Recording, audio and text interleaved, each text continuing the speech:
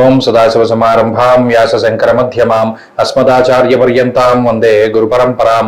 జ్యోతిష్ శాస్త్రాన్ని భావితరాల వారికి ప్రసాదించిన ఋషుల యొక్క పాదపద్మాలకి నమస్కారం చేసుకుంటూ, అలాగే నాకు జ్యోతిష విద్యను నేర్పిన గురువర్యులు జ్యోతిష బ్రహ్మ కీర్తిశేషులు శ్రీ ఏరంకి సూర్యనారాయణమూర్తి గారు, సూర్య శ్రీ దైవజ్ఞ గారి యొక్క పాదపద్మాలకి నమస్కారం చేసుకుంటూ, ఓం శ్రీ మహాగణాధిపతి నమః, శ్రీ గురుభ్యో నమః, హరి ఓం.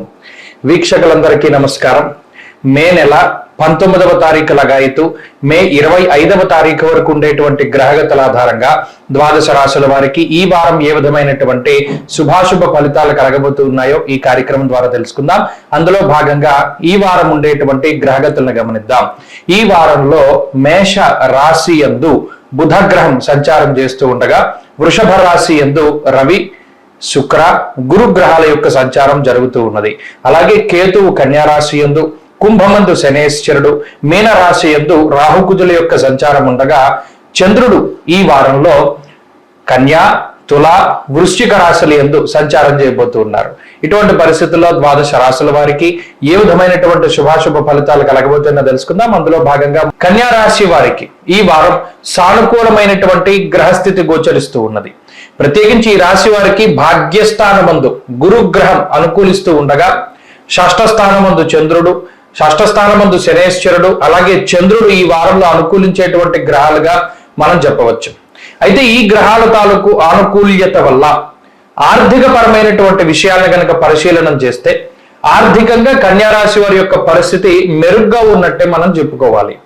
మరీ ముఖ్యంగా గత నెలతో పోల్చుకుంటే, గత కొన్ని వారాలతో పోల్చుకుంటే ఈ వారంలో ఆదాయ మార్గాలు పెంచుకోవడానికి మీరు చేసేటువంటి ప్రయత్నాలన్నీ కూడా సత్ఫలితాన్ని ఇస్తాయి.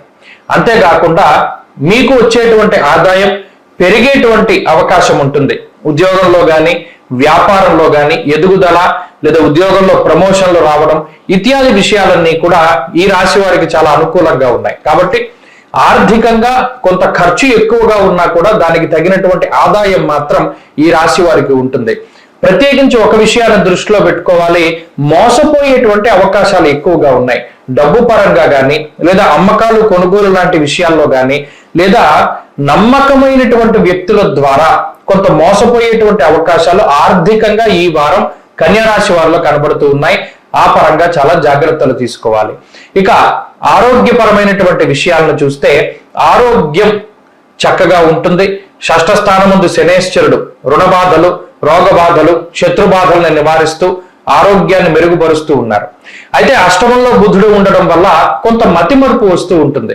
ఇది వ్యాధి కాదు, కేవలం ఈ గ్రహస్థితి వల్ల వస్తుంది. అనగా రకరకాలైనటువంటి ఆలోచనలు మన మైండ్ లో ఉండడం ద్వారా ఏదైతే మీరు పని చేస్తూ ఉన్నారో దాని మీద శ్రద్ధ పెట్టలేకపోతారు.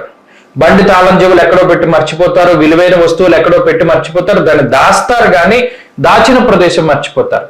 ఇది కొంత ఇబ్బంది పెట్టేటువంటి అంశము. అలాగే అజీర్తికి సంబంధించినటువంటి ఇబ్బందులు రావడానికి అవకాశం ఉంటుంది. కాలాన్ని అతిక్రమించి భోజనం చేసేటువంటి పరిస్థితులు, నీళ్ల మార్పు ద్వారా వచ్చేటువంటి చిన్నపాటి అనారోగ్య సమస్యలకి అవకాశం ఉంటుంది. ఇక కుటుంబ పరిస్థితులను గనక పరిశీలన చేస్తే కుటుంబ సభ్యులతోటి సఖ్యత వాతావరణం ఉంటుంది, దాంపత్య జీవనం బాగుంటుంది, సంతానం పురోగతిలో ఉంటుంది. అలాగే కుటుంబ సభ్యుల మధ్యలో ఉండేటువంటి చిన్నపాటి విభేదాలు కూడా తగ్గుముఖం పడతాయి. ఇక వృత్తి ప్రవృత్తులు చాలా సానుకూలంగా గోచరిస్తూ ఉన్నాయి. విదేశాల్లోనూ స్వదేశంలోనూ వృత్తి ప్రవృత్తుల్లో చాలా చక్కగా లాభసాటిగా ముందుకు సాగగలుగుతారు. అలాగే విద్యార్థులకి కాలం అనుకూలంగా ఉన్నది. స్త్రీలకి కూడా గ్రహస్థితి చాలా అనుకూలంగానే గోచరిస్తూ ఉన్నది. కన్యా రాశి వారు ఈ వారంలో మరింత అనుకూలమైనటువంటి ఫలితాలను సాధించడానికై శ్రీ మహావిష్ణువు యొక్క ఆరాధన చేస్తూ ఉండడం చెప్పదగినటువంటి సూచన. ఈ వారంలో కలిసి వచ్చేటువంటి రోజు శనివారంగా చెప్పవచ్చును. అదృష్ట సంఖ్య 6, అదృష్ట వర్ణము నీలము. తదుపరి తులారాశి.